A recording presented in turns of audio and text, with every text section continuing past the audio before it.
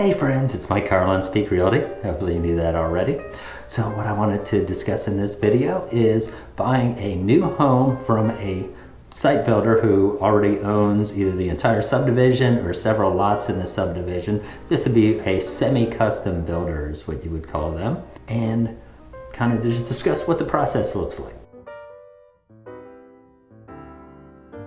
So initially, of course, you want to go into the community, make sure it's a neighborhood that you want to live in, because again, location, location, location. And once you get in there, you will either see there's one builder who owns all the lots, or maybe there's multiple builders in there. So in that case, you might want to meet with a few different builders, or there may be one builder in particular that you either like their models or you like them and because of the reputation in the community. So once you've figured out who you want to work with, you're going to set up an initial meeting with the builder's agent who's normally on site there, and you will get to see prices, what the different models are, the different prices, a lot of the different options, and then also what lots are available. So step one is going to be picking out your model and your lot. And obviously, location, location, location. So the lot's really important. It's going to vary depending what lots are available. Also, like in these times, actually, sometimes there's a waiting list to just be able to get any lot. But typically, there's going to be lots available. So you pick the lot you want. Understand there are going to be premium lots and then just regular lots.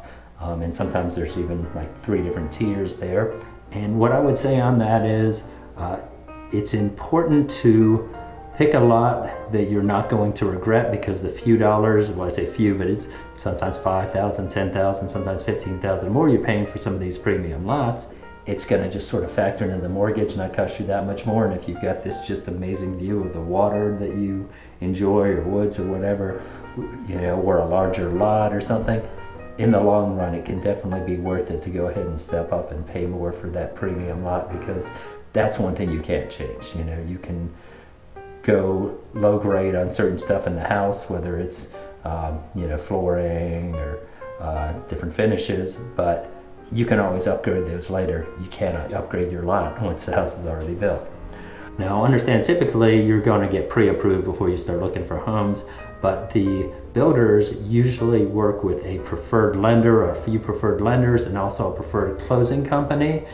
They do that to help streamline the process, also because they trust their lenders, so they know that if the lender pre-approves you, that they are going to typically get the loans through, so the builder doesn't have to worry about things falling apart at the end. And the advantage to you as the buyer is they will typically cover some or all of your closing costs. It's become more typical just to be some of your closing costs, but it's actual money that between the builder and sometimes the lenders give some too, that ends up going to your bottom line. So a lot of times it does make sense to go ahead and work with the builder's vendors.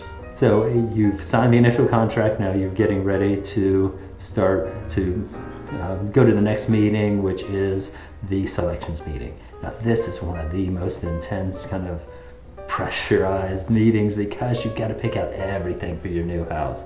Now understand, usually there's some wiggle room there, so you go through and you pick out everything, and you say like, hey, I can't pick out this stuff, let's schedule another meeting so I can think about it a little more. So there's some options there, but in best case scenario, you go in and you just pick out all the colors, the exterior colors, the different materials.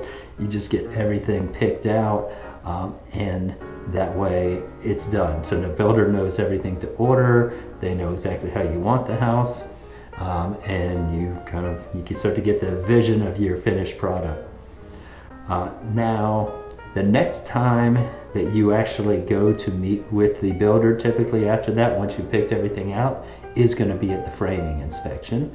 And there's going to be a huge gap between those 2 meetings, because once everything's been picked out, the lot you want, the model of the house that you want, then the builder has to go and pull all the permits. And so that can take a month or sometimes more, just depending on the city or county that they're pulling the permits from.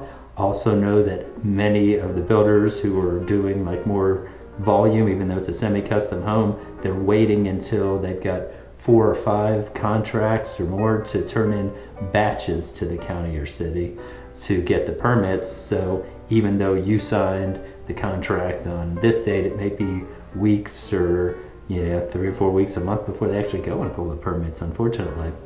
Now, building times, typically it takes about 6 months from contract to actually moving into the house.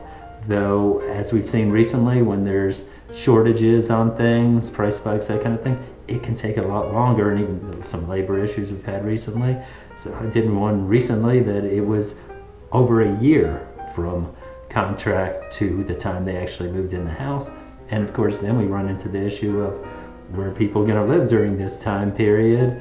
Now, these people were fortunate that they still were able to keep the house that they were living in and didn't have to sell it till afterwards, but many people have to actually sell the house they're living in and then rent for a time period, which that can make it even more stressful when you don't know exactly what the timeline is. So then, again, you're going to the walkthrough for the framing stuff. So with framing, it's usually a pretty simple walkthrough.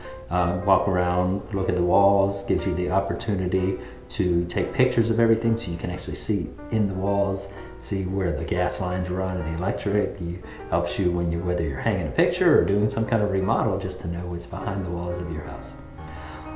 Then once that's done, you are typically not going to have an official meeting at the house until the final walkthrough, which is right before closing. Now, one decision you need to make before the final walkthrough is, are you going to do it on your own, or are you going to bring on a home inspector to inspect the house at the same time? Now, the home inspection, it's sort of one of these things, like it matters, but it doesn't matter because you typically have a home warranty. Though I've had several people who did the home inspection, and the home inspector did find an issue or two that the site superintendent was able to correct reasonably quickly, but might not have been spotted without the home inspector being there. Though, you're going to be living in the house for a while, and so you have typically up to a year to find any issues and have the builder inspect it. So I would say it's a personal decision. Do you want to just pay the money, or do you prefer to just figure it out yourself? Totally up to you. Then once that's done, it's it. It's a done deal. Move into the house, and then you've got, going through the warranty stuff, seeing if there's any issues. And I can tell you, it doesn't matter who the builder is. There is no perfect house. There's always going to be some minor issues because it's all just built by people. That is the full process for buying a house through a semi-custom builder. So if you enjoyed this video, make sure to like it and please subscribe to my channels.